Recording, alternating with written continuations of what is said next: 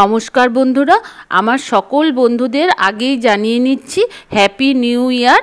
সবার যাতে এই বছরটা খুব ভালো কাটে এই কামনা করে আজকের ভিডিও শুরু করছি।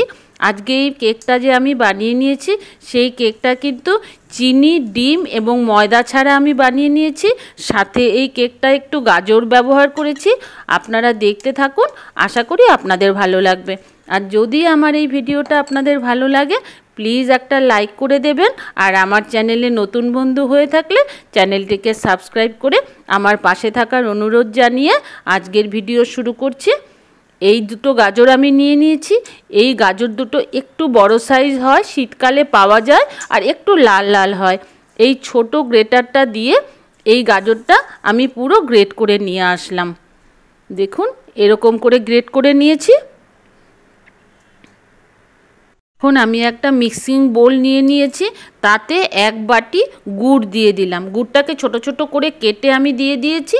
আর সাথে দিয়ে দিলাম এক বাটি মেল্টেড বাটার। কেকটা কিন্তু একটু মাপটা ঠিক রাখতে হয়, তাহলে কেকটা ফুলে। এই একটাই বাটি নিয়ে নিয়েছি, একটা বাটি মেপেই সব কিছু নিয়ে নেব। সাথে নিয়ে নিলাম 1.5 বাটি দুধ। আর এখন এগুলোকে ভালো করে ব্লেন্ডার দিয়ে আমি মিশিয়ে নিচ্ছি। এই কাজটা আপনারা মিক্সিতেও করে নিতে পারেন। আমি গুড়টা কেটে দিয়েছি, আপনারা চাইলে গুড়টা আগেই একটু গুঁড়ো করেও দিতে পারেন। এখন মিশিয়ে নিলাম কয়েক ড্রপস ভ্যানিলা এসেন্স। আর এখন দিয়ে দিচ্ছি 2 চা চামচ ভিনেগার। এই ভিনেগারটা কিন্তু দিতে হবে, কারণ যেহেতু ডিম ব্যবহার করছি না, ভিনেগারটা দিলে দুধটা একটু ফাটা ফাটা হবে। ভিনেগারটা দিয়ে আবার আমি ব্লেন্ড করে নিচ্ছি ভালো করে। এখানে চাইলে এই কাজগুলো কিন্তু আপনারা মিক্সিতেও করে নিতে পারেন, খুব সুবিধে হবে। তারপরে একটা ছাঁকনি বসিয়ে দিয়েছি, আর ছাঁকনিতে আমি 2 বাটি আটা দিয়ে দিলাম। সাথে দিয়ে দিলাম হাফ বাটি গুঁড়ো দুধ। এই গুঁড়ো দুধটাও দেওয়ার প্রয়োজন আছে। গুঁড়ো দুধটা যেহেতু আটা দিয়ে আমি বানাচ্ছি, গুঁড়ো দুধটা দিলে টেক্সচারটা খুব ভালো আসবে আর কেকটা খেতে ভালো হবে। তারপরে 2 চা চামচ বেকিং পাউডার দিয়ে দিলাম, হাফ চা চামচ বেকিং সোডা, আর 1 পিঞ্চ নুন দিয়ে দিলাম। এখন এই ছাঁকনিটা দিয়ে ভালো করে চেলে নিতে হবে। এখানে একটু আমার অসুবিধে হয়ে গেছে, কারণ এই গুঁড়ো জিনিসগুলো অনেকটা বেশি ছিল, আমার চালনিতে ছাকাটা হচ্ছিল না। তাই আমি পেপারে নিয়ে গিয়ে ছেঁকে তারপর এখানে মিশিয়ে দিচ্ছি। অল্প অল্প করে মেশাতে হবে, একবারে কিন্তু সব দিয়ে দেওয়া যাবে না। আমি 3 বারে এইটুকু মিশিয়ে নিয়েছি। সবগুলো যখন মেশানো হয়ে গেছে তখন ব্যাটারটা দেখুন এরকম গাঢ় গাঢ় হয়েছে।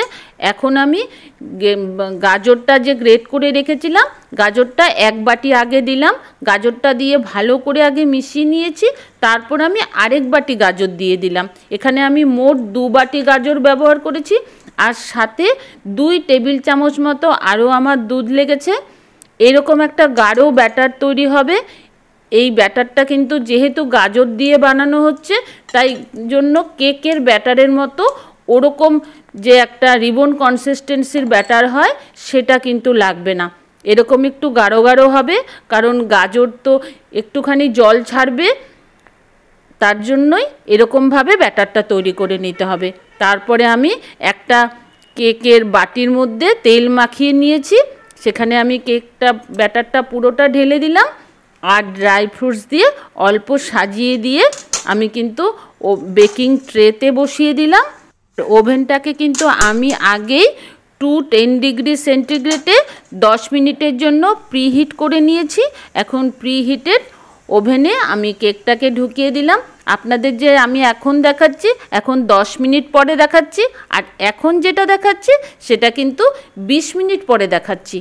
আমার কেকটা অনেকটা বড় ছিল, তাই আমার মোটামুটি 30 মিনিট লেগে গেছে কেকটা বানাতে। এখন কিন্তু কেকটা তৈরি হয়ে গেছে। যখন টুথপিকটা একদম পরিষ্কার বেরিয়ে এসছে তখন বুঝে নিতে হবে কেকটা তৈরি হয়ে গেছে। এখন ঠান্ডা কিছুক্ষণ রেখে দিয়েছিলাম যাতে ঠান্ডা হয়ে যায়। ঠান্ডা হওয়ার পর আমি এখন আপনাদের দেখিয়ে দিচ্ছি। কিন্তু সব সময় ঠান্ডা হওয়ার পর তারপরেই বের করতে হয়। গরম গরম যদি কেক বের করে নেওয়া হয় অনেক সময় ভেঙে যাওয়ার সম্ভাবনা থাকে। দেখুন কেকটা কতটা জালিদার হয়েছে। কেউ দেখে কিন্তু বলবেই না এই কেকটা ময়দা দিয়ে, ডিম দিয়ে কিংবা চিনি দিয়ে তৈরি করা হয়নি।